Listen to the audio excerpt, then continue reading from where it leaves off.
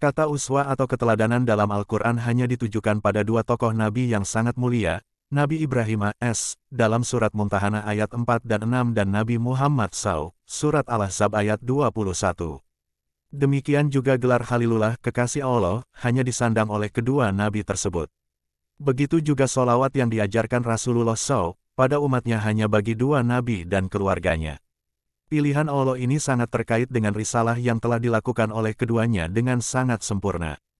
Sejarah dan keteladan Nabi Muhammad SAW telah banyak disampaikan. Dan pada kesempatan ini marilah kita sedikit menyingkap sejarah dan keteladanan Nabi Ibrahim a.s. dan keluarganya. Dan ingatlah ketika Ibrahim diuji Tuhannya dengan beberapa kalimat, perintah dan larangan, lalu Ibrahim menunaikannya. Allah berfirman, "Sesungguhnya aku akan menjadikanmu imam bagi seluruh manusia." Ibrahim berkata, "Dan saya mohon juga dari keturunanku." Allah berfirman, "Janjiku ini tidak mengenai orang-orang yang zalim." Surat Al-Baqarah ayat 124.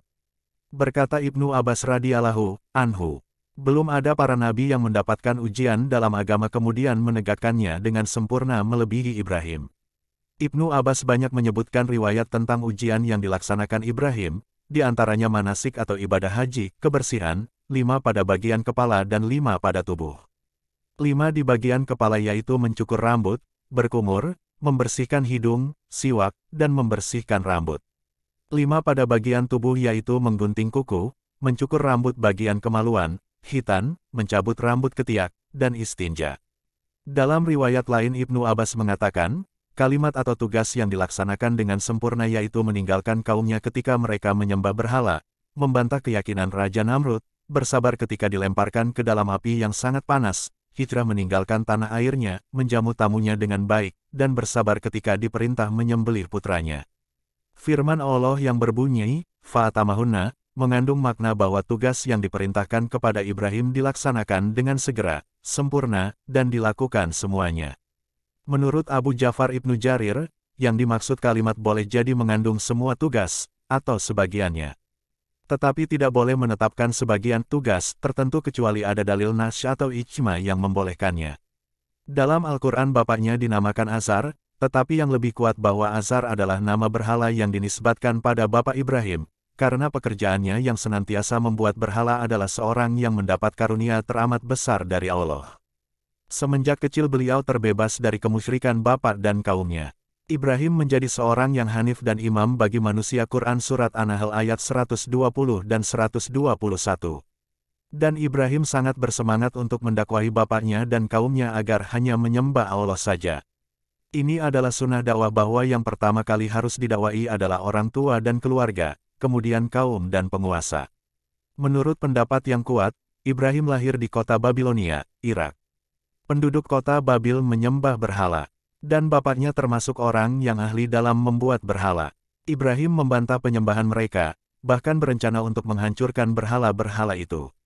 Penduduk kota Babil memiliki tradisi merayakan Id setiap tahun dengan pergi keluar kota. Ibrahim diajak bapaknya untuk ikut, tetapi Ibrahim menolak dengan halus.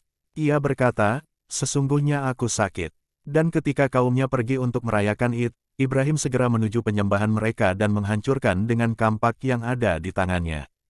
Semua dihancurkan dan hanya disisakan satu berhala yang besar, dan kampak itu dikalungkan pada berhala itu. Surat Al-Anbiya ayat 58. Demikianlah, Ibrahim menghinakan penyembahan kaumnya. Sebenarnya mereka sadar akan kesalahan itu. Tetapi, yang berjalan pada mereka adalah logika kekuatan melawan kekuatan logika Ibrahim. Akhirnya mereka memutuskan untuk membakar Ibrahim. Kisah kematian Raja Namrud dan tentaranya disebutkan dalam kitab Al-Bidayah wan Nihayah Ibnu Katsir. Namrud mengumpulkan tentara dan pasukannya saat terbit matahari. Kemudian Allah mengutus nyamuk yang menyebabkan para tentara dan pasukannya tidak dapat lagi melihat matahari. Nyamuk-nyamuk besar itu memakan daging dan darah mereka dan meninggalkan tulangnya.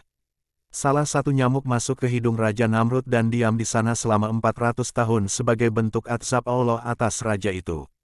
Selama waktu itu pula Namrud senantiasa memukuli kepalanya hingga ia mati. Setelah selamat dari upaya pembunuhan kaumnya dan setelah terbebas dari kezaliman Raja Namrud, Nabi Ibrahim bersama istrinya, Sarah, bapak, dan saudara sepupunya, Lut hijrah menuju Syam. Tepatnya ke Baitul Maqdis, Palestina. Di tengah jalan, di daerah Haran, Damaskus, bapaknya meninggal. Ibrahim bersama keluarganya menetap sementara di Haran. Ibrahim dan keluarganya melanjutkan perjalanan ke Baitul Maqdis setelah sebelumnya mampir di Mesir. Dari Mesir Ibrahim mendapat banyak hadiah harta, binatang ternak, budak, dan pembantu bernama Hajar yang keturunan Kipti, Mesir. Di Baitul Maqdis Ibrahim mendapat penerimaan yang baik. Selama 20 tahun tinggal di Baitul Maqdis, Ibrahim tidak mendapatkan keturunan sehingga istrinya, Sarah, merasa kasihan dan memberikan budaknya pada Ibrahim. Berkata Sarah pada Ibrahim, "Sesungguhnya Allah telah mengharamkan aku untuk mendapatkan anak. Masuklah pada budakku ini, semoga Allah memberi rezeki anak pada kita." Setelah itu, lahirlah Ismail tetapi Sarah merasa cemburu berat. Akhirnya, Ibrahim membawa Hajar dan putranya ke suatu tempat yang disebut Gunung Faran, Mekah sekarang, suatu tempat yang sangat tandus, padang pasir yang tidak ada tanda-tanda kehidupan. Dan tidak lama setelah kelahiran Ismail Allah juga memberi kabar gembira bahwa dari perut Sarah akan lahir seorang anak. Lahirlah Ishak, Ibrahim sujud, bersyukur atas karunia yang sangat besar ini. Puncak kenikmatan yang diberikan Allah kepada Ibrahim adalah kedua putra itu kelak menjadi nabi dan secara turun-temurun melahirkan nabi. Dari Ishak A.S., lahir Yakub dan putranya Yusuf serta keluarga nabi dari Bani Israel. Sedangkan dari keturunan Ismail lahirlah Nabi Muhammad.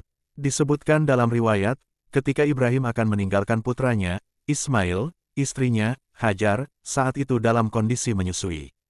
Ketika Ibrahim meninggalkan keduanya dan memalingkan wajah, Hajar bangkit dan memegang baju Ibrahim. "Wahai Ibrahim, mau pergi kemana? Engkau meninggalkan kami di sini dan tidak ada yang mencukupi kebutuhan kami." Ibrahim tidak menjawab. Hajar terus-menerus memanggil. Ibrahim tidak menjawab. Hajar bertanya, "Apakah Allah yang menyuruhmu seperti ini?" Ibrahim menjawab, "Ya." Hajar berkata, "Kalau begitu pasti Allah tidak akan menyia-nyiakan kita." Tapi, itu bukan puncak pengorbanan Ibrahim dan keluarganya.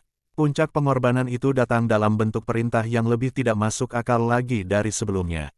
Ibrahim diperintah untuk menyembelih Ismail. Kisah dan keteladanan Ibrahim memberikan pelajaran yang sangat dalam kepada kita bahwa pengorbanan akan melahirkan keberkahan. Ibrahim menjadi orang yang paling dicintai Allah, Khalilullah, Imam, Abul Anbiya, Bapa para Nabi, Hanif, sebutan yang baik, kekayaan harta yang melimpah ruah, dan banyak lagi. Hanya dengan pengorbananlah kita meraih keberkahan. Dari pengorbanan Ibrahim dan keluarganya, kota Makkah dan sekitarnya menjadi pusat ibadah umat manusia sedunia. Sumur Zam-Zam yang penuh berkah mengalir di tengah padang pasir dan tidak pernah kering. Dan puncak keberkahan dari itu semua adalah dari keturunannya lahir seorang manusia pilihan, Muhammad Shallallahu Alaihi Wasallam, Nabi yang menjadi rahmatan lil alamin.